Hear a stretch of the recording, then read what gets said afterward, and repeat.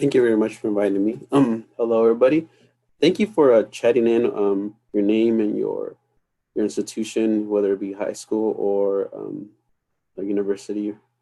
Um, can you also add on what grade? Because for college or um, high school as well, so I know who's my body I'm talking to. That way, I know how to frame some of my things.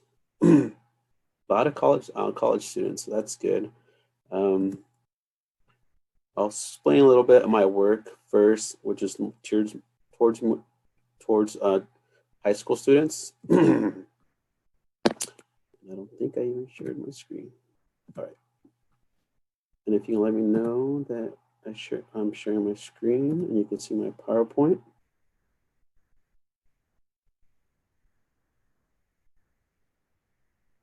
Is that a thumbs up? Thank you.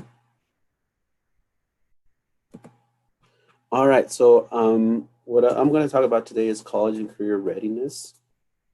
I got invited through some colleagues, and I got in contact with an activist at Heritage.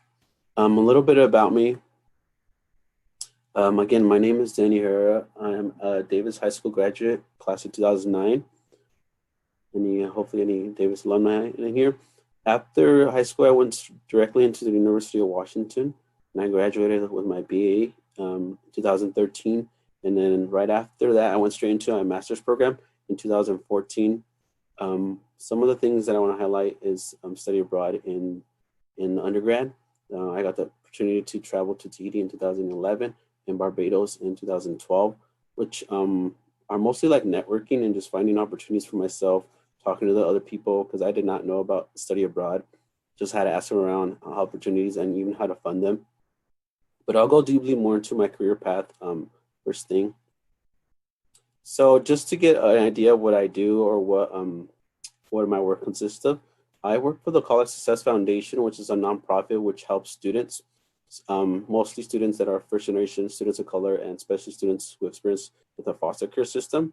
So we have programs in the middle school and then in high schools and even in the colleges. So we got the AmeriCorps programs in the middle school, Hero program in 8th, 9th, and the Achiever program in junior and senior year.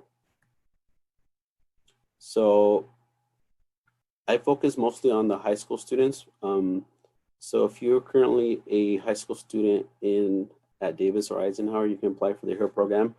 If you're also a junior at Davis or Ike, you can apply for the Achievers program. We are in other high schools in the state of Washington, but these are the only two high schools in the Yakima Valley. And what I provide is good academic behaviors, academic mindsets, and skills and knowledge to become college ready. And another thing that's not on there is providing mentorship. We'll be starting again this year. It has been gone a while, but we think it's a great idea, even for high school students, even for college students, to provide mentorship or find someone to be your mentor. So if you are in the high school at AC Davis or Eisenhower, these are our contacts. Mine for Hero program, again, is for 9th graders, and the Achievers programs, you can apply when you're a junior. And I can put the contacts at the end of my slide as well. All right, so career readiness. So growing up, I know it wasn't just me. People would ask you, what do you want to be when you grow up? So right now, I just want you to type in, what do you want to be when you grow up in the chat box, or just say it out loud too. There's raise your hand. There's not that many of us, but we can shout it out as well. And then if you can help me read any chats, Sadia, because I cannot see the chat. Yes, I can do that. We have Esperanza who wants to be an elementary ed teacher. Oh, no, that's okay. We have Wendy who wants to be a nurse. We have Heidi who also wants to be a nurse. Okay, good. Yeah, so most of us think of those like popular, those mainstream careers like being a doctor, police officer, lawyer, going into sports, lawyer. What I kind of started to change my mindset and what I try to teach younger students, especially my freshmen, is what do you want to change in your community? because if you find a passion, if you find that one career that helps to change your career in your community, you have more passion, you have more drive to change that in your community, and most likely, you come back to Yakima and help your community out, because that's what I wanted to do. Again, like you can say you're a teacher, but like I wanted to help students, right, in my community. So here's an example of like changing that mindset. So the community issue is, right, we want to help undocumented families. So what are the careers that help undocumented families that come to mind? Oh, I'll do the first one. So again, we know this is a lawyer, but specific type of lawyers, immigration lawyer, citizen instruction education instructor. So I know at the Casa Hogar, they have volunteers and they have people that get paid to teach people that are applying for citizenship to help them pass the citizenship test, and even just being a translator. You get paid to be a translator, so you got to be certified in a specific language. Spanish obviously is a big one, and even sometimes my mom used to go to the doctor's office, and I couldn't go to translate, so the office would hire someone to translate, and they get paid during that time, and it's a high-paying career. So sometimes we don't know. That actually helps our undocumented families, since if they don't know how to speak English. All right, another issue that I thought of was decrease violence in our community. So what are careers that can help decrease violence in our communities? If you can put that in the chat.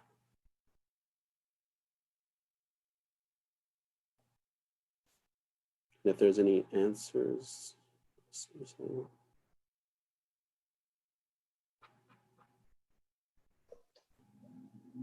We don't have any in the chat yet, but I think also Okay, yeah. a police officer. Okay.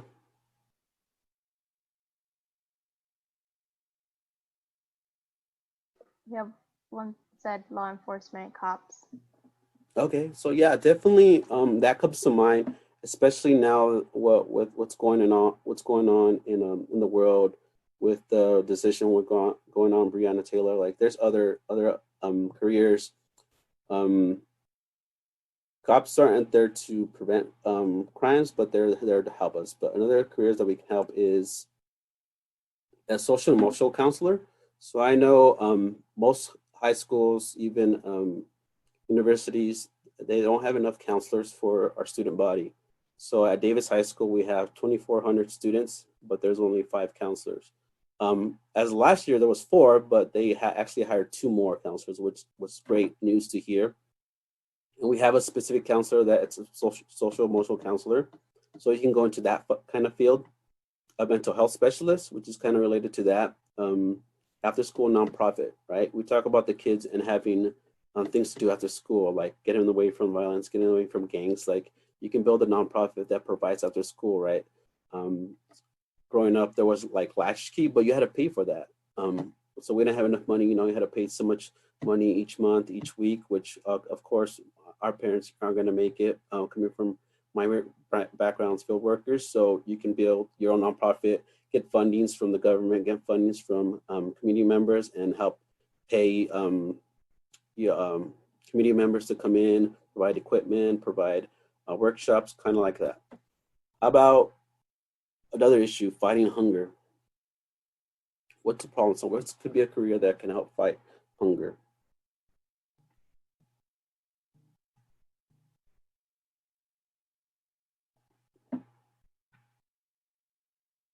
We have in the chat food banks. Yeah, so it got me into thinking, like, what kind of jobs or careers do we have at food banks? So an actual position is the Northwest Harvest Operations Manager. So you could manage people at the Northwest Harvest in Yakima. A grant writer. So a grant writer is a person that writes proposals that ask for money for either a government or businesses, and they can provide either food or stipends or gift cards to go to the store and buy their foods.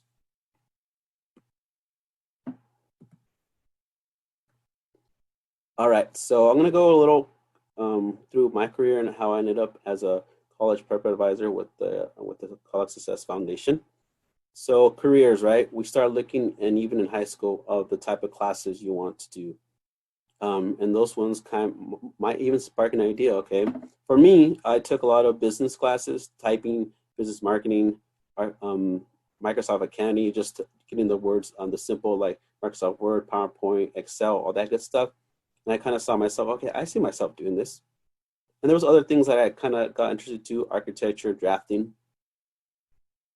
When I got to the University of Washington, you know, I still took those same classes: business, economics, accounting, internal law, law societies, and justice. Classes that we needed to prereqs to apply for the business school and graduate with a business degree. And I'm not gonna lie, it was pretty difficult.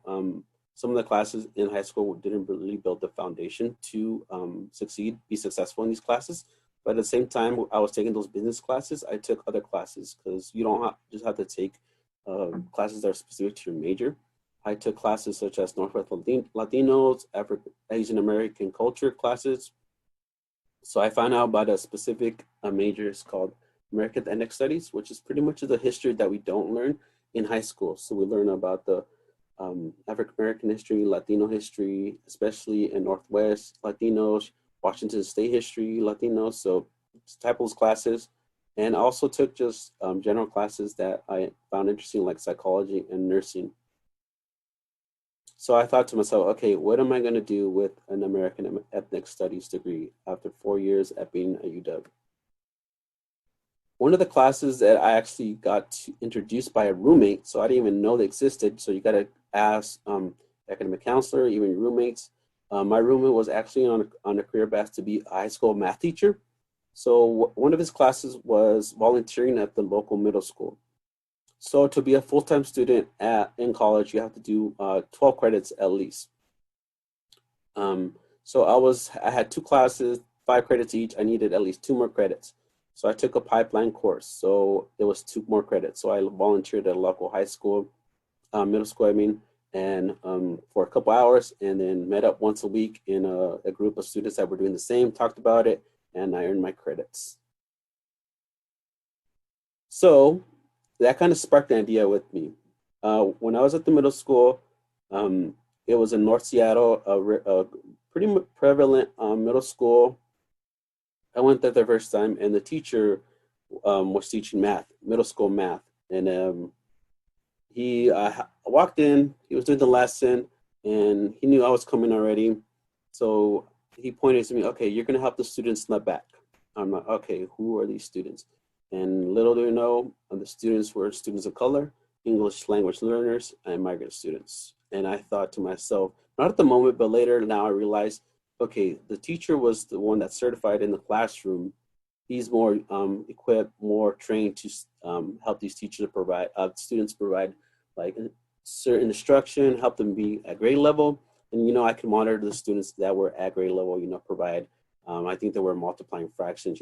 I remember doing multiplication. I could check the work. So I was like, okay, I want to be an elementary school teacher. So I was like, okay, what do I need to be an elementary school teacher? I did the prereqs. Luckily, I had enough time my junior senior year. I graduated with the American Ethnic Studies, and I went straight into my program. Was the elementary teacher education program, which is a master's in teaching K through 8. So I'm certified to teach kindergarten through 8. And the one good thing about my program was I found a foundation. I found a group of people that had the same mindset. My cohort of students were 66 people, and there was about 11 males, maybe maybe a third were people of color. So we found a career that that lacks people of color, even though in Yakima School District over 80% of students identify as students of color, but only 35% of teachers identify as teachers of color. So I know there's a deficit definitely going on in there. So I don't want to get back to my community. They were very helpful. Unfortunately, most of them are located on the west side, in Seattle, Tacoma, Bellevue, all that stuff. There's a handful of us in Yakima, but we mostly meet once a month. So from 2015 2019, I taught 3rd grade at McKinley Elementary. So I like teaching. I really thought I was going to make a change. One of my roommates is actually an officer with the Yakima Police Department. I invited him in to my classroom. I bought did a GoFundMe to buy books for my students on during the holidays.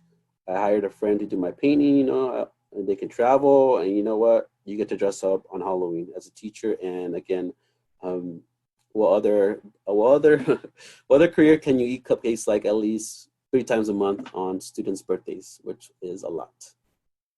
During my time, I actually volunteered with the College of South Foundation before I got hired. So I was doing career fairs through the University of Washington. I wasn't getting paid. I was getting volunteered. I happen to know the director of EOP someone at UW. I got pennants from different of my fraternity bros. I just put a post on Facebook. They sent it to me like, "Oh, you're doing a good job. This is for my third grade students." We did workshops. We have an alumni group. Again, another opportunity with University of Washington at the campus at a scholarship banquet.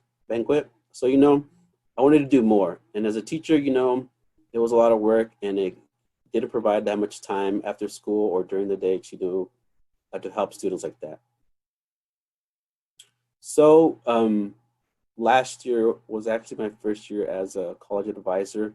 I told myself, okay, I'm not going to burn myself out teaching. I'm going to give it a little bit and see what happens. And luckily, a position opened up with the Caucasus Foundation.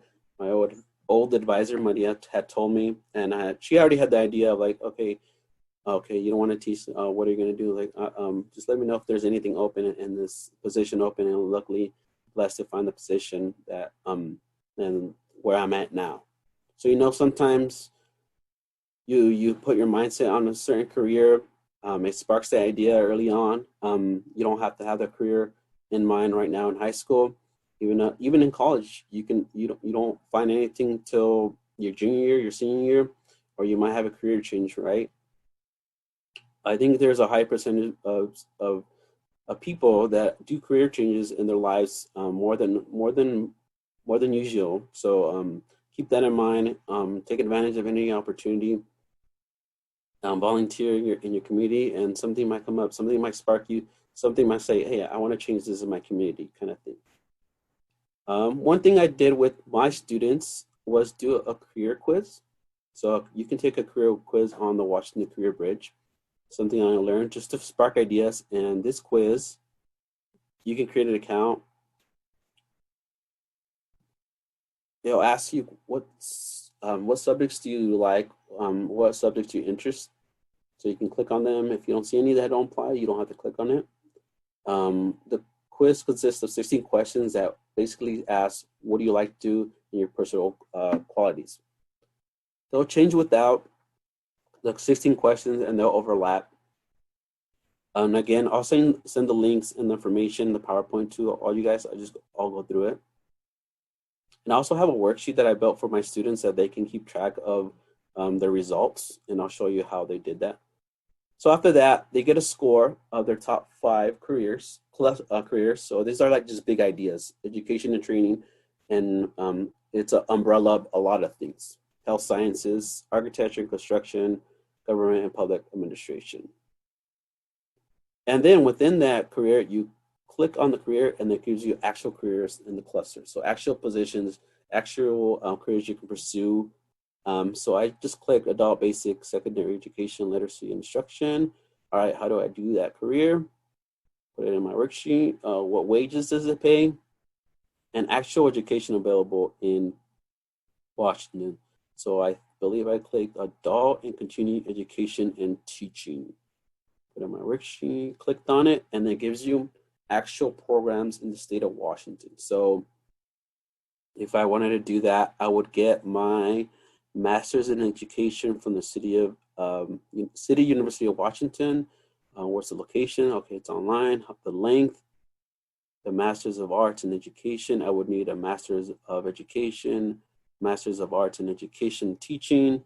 And if you don't know the lingo, I also provided my students with the type of degrees. So we know that there's associate degrees, bachelor degrees, which is a 4-year program. Master's programs are typically 1 or 2 programs on top of your bachelor's, or after your bachelor's degree, you can go into a doctorate program. So we went into that, looked into the programs. Okay, obviously I need my bachelor's in something, and then I can apply into this program.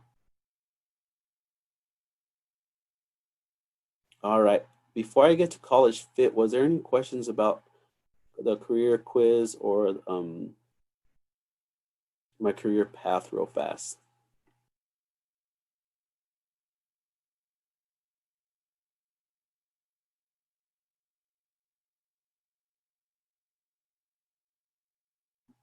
Was that a no?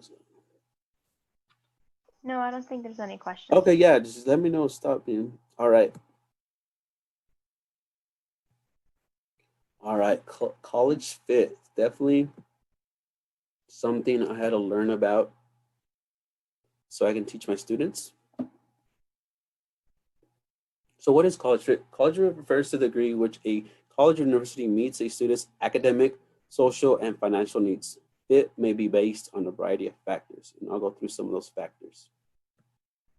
All right, so for my high school students, where do you fit on this process? Are you identifying yourself as college material?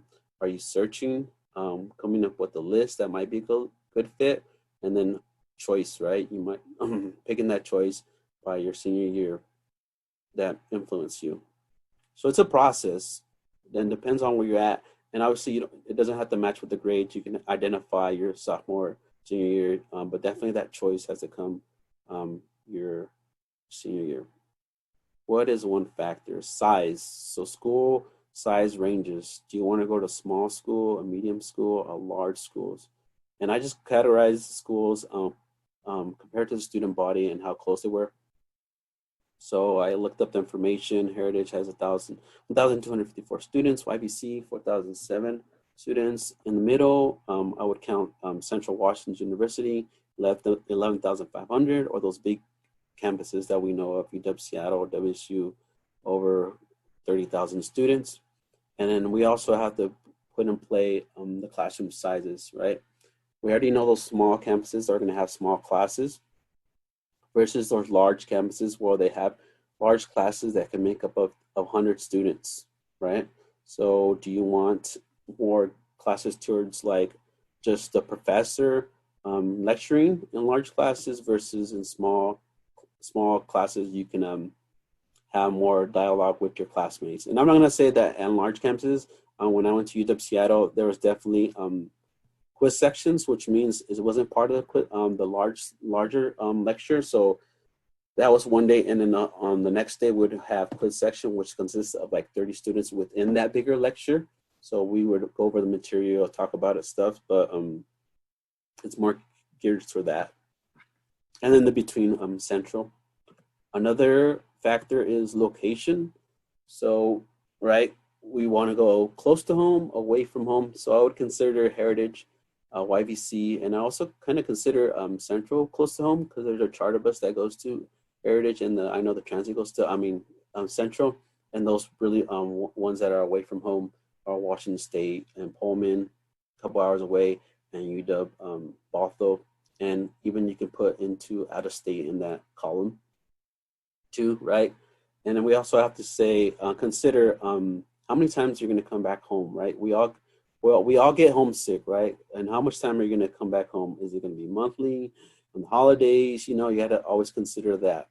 I know for me, it was just the major holidays. At least once a quarter, we got Thanksgiving, Christmas, spring break, and then I think that was it till the end of the school year. So you got to consider, hey, when is my mom's birthday? When is my little brother's birthday? When is my cousin's graduation? You know, you got to throw those things again. And another thing you want to consider is, what do your parents think? Like, are they gonna let you go away? Like, they're gonna let you leave the house? You know, no, mijo, you're gonna have to stay close. Más a YVC, luego te puedes ir. You know, it depends. So we also talk to families and have to throw it out there. This is an opportunity for you. You got to make the decision too, but it's your family too. You know, but you have to throw in the financial factor, which will come up right now. So there's a lot of factors in location, just not where you're gonna live, the city life, urban life. You know, so it changes. All right, programs and majors. So what I talked about careers. So some schools, some institutions might not have your degree or the certain type of career you want to pursue. You might have to pick a different location. For here, we have Eastern. They have different locations. The main campus is CUNY, but they have campuses in Spokane, Everett, Bellevue. So those campuses might offer different degrees, certificates, undergrads, graduate, and the colleges. So UW might have the College of Ed, but Eastern Washington, Spokane might not. So we gotta look into that. And a good tool for that is the College and Career Compass. So this is another good tool, and I'll show you how to use it. So you go to the website, and up here, all you have to do is type a keyword: education, elementary school teacher, nurse, type of lawyer. So I just put law, just in general, and it gives you all the different types of institutions, the length, the award, the location online, and then if it's a participating campus. So they get the information from colleges, so you know it's accurate. So if you want to use that tool just to explore, you're more than welcome. It's the College and Career Campus. Again, you'll get the slide. All right, support services. All right, this is another huge one. So depending on your campus, what are they going to provide? So are they going to provide the College Assistant Migrant Program, CAMP, if some students have heard of it? Or they're going to provide fraternity, sorority, and life, TRIO, where they provide support services, academic advisors. TRIO McNair is, I believe, is more for graduate students. Or are they geared toward more writing for first generation students? So your parents didn't go to college, so you're considered first generation student. Even if your older siblings went to college, you are still considered first generation college student. So YVC does that. They provide a great student body of, believe it was over 80% of their general students are considered first generation students. All right. And another one is availability of financial aid and costs, right? Which is huge, right? We think about how am I going to pay for this? And you see those dollar amounts, you see the tuition. We got to break it down of costs towards you, free money, right? Scholarships, all that good stuff. But just to think about availability is, okay, how much does tuition cost? How much does room and board if you're going to travel? Work study gives you the options to work on campus. Financial aid counselors, how much are they available to help? And then scholarships offered by the school. So are they offering you scholarship, and you got to compare them between schools. Other factors that we can go to is ethnicity. So what does your student body look like? Are they all white, a majority white? Are they historical Black colleges? What kind of extracurricular activities do they have? Sports, intramural, student life.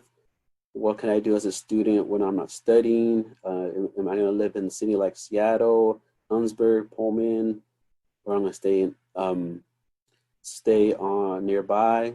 Student body characteristics. So you kind of get a feel of student body characteristics when you walk on campus. So definitely, if you have the opportunity to go on campus tours, I highly recommend that. All right, and I also have a worksheet for that because, again, in my role, I have to provide workshops for my students. And then me as a former educator, I like building worksheets and curriculum that go along with my lesson. So I can provide that as well. All right, so college knowledge. So this is a resource that's provided for everybody. We had a part of it as a College Success Foundation. So hopefully your counselors have provided this booklet is provided digitally online. You don't have to find it. I can send you the actual booklet.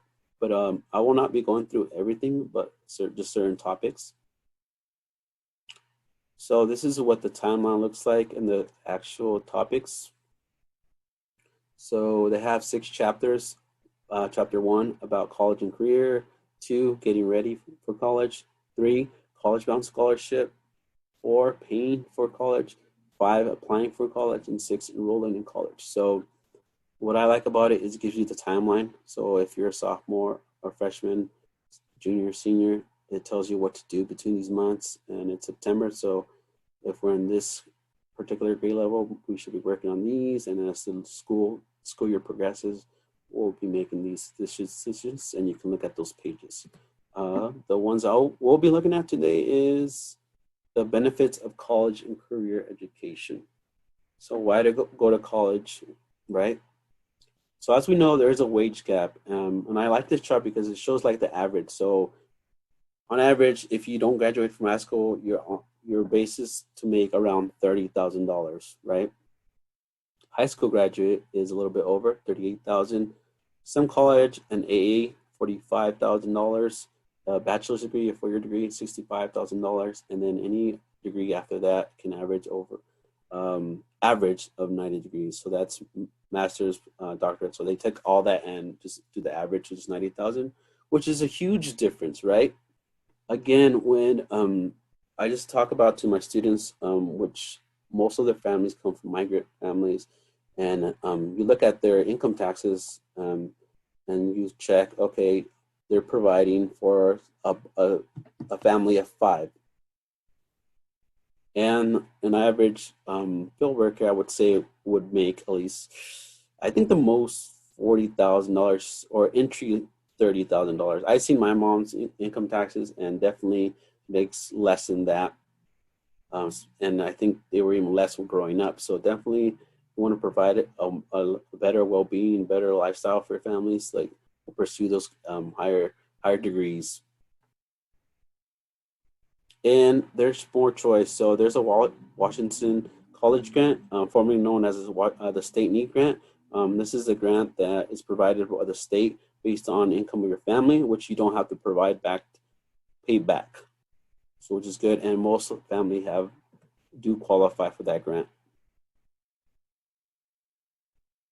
Okay, so this is another good one, building your college profile. So what can you do? What could you be doing now as a high school student, or even if you're applying to graduate school, you want to update your resume, right? What kind of things do you include? Your jobs, athletics, any music, drama, summer programs, student government, any volunteers, right?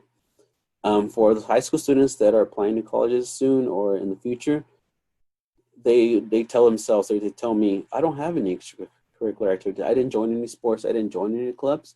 So what we talk to them is about, okay, what did you have to do? Like, did you have commitments at home? Like taking care of your sister, picking them up from school, feeding them? You know, that's a responsibility. That's a skill. That's a commitment to your family. And you can talk about those things in your essay. And it might depend on the prompt it's asking, but those definitely are things to know, because that shows that you're committed to your family, and it just reflects the number of activities that you didn't get a chance to do because you had a responsibility to your family. And it's a hardship, but colleges understand, and those are the type of students that they're looking for. And again, colleges don't only consider your grades, but they are a good factor though. The other one I want to reminder is all the students in high school is, do you remember applying to the college-bound scholarship in middle school, 7th and 8th grade? I do want to remind you that you did make a pledge, and in order for you to receive the college-bound scholarship, you do have to graduate from a Washington high school with a 2.0 GPA. Make sure you have no felony convictions, and then make sure you apply for the FAFSA WASFA your senior year.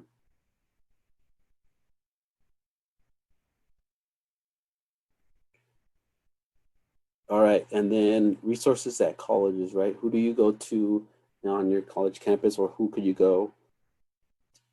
You'll still have your financial aid advisors, and then versus your academic advisors that I know I had to meet once a quarter as part of a program. If you're part of the CAB program, I know they provide their own academic advising.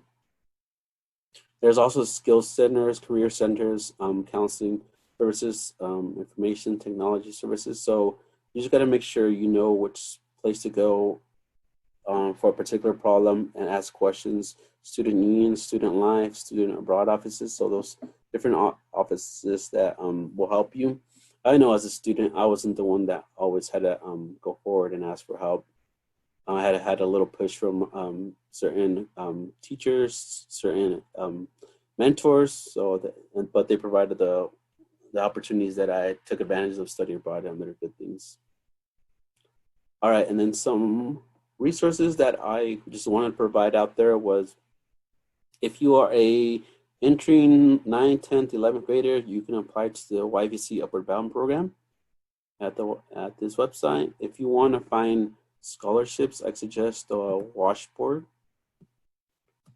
creating a profile.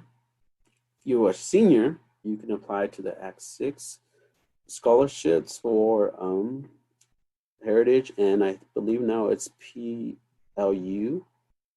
Yep. Okay, I got that right. And then Gear Up, they also provide scholarship bulletins. And if your high school doesn't have a scholarship bulletin, I'm not gonna lie, you can go to the Davis High School or Eisenhower High School website, and we have a counseling page that, again, we are trying to make everything go remote and virtual. We have links for scholarships and updates, such things as that.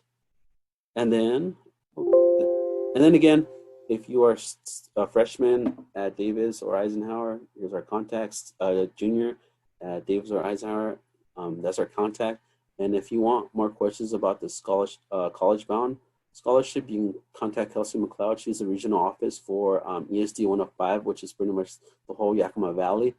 Your counselor should provide you information on that too.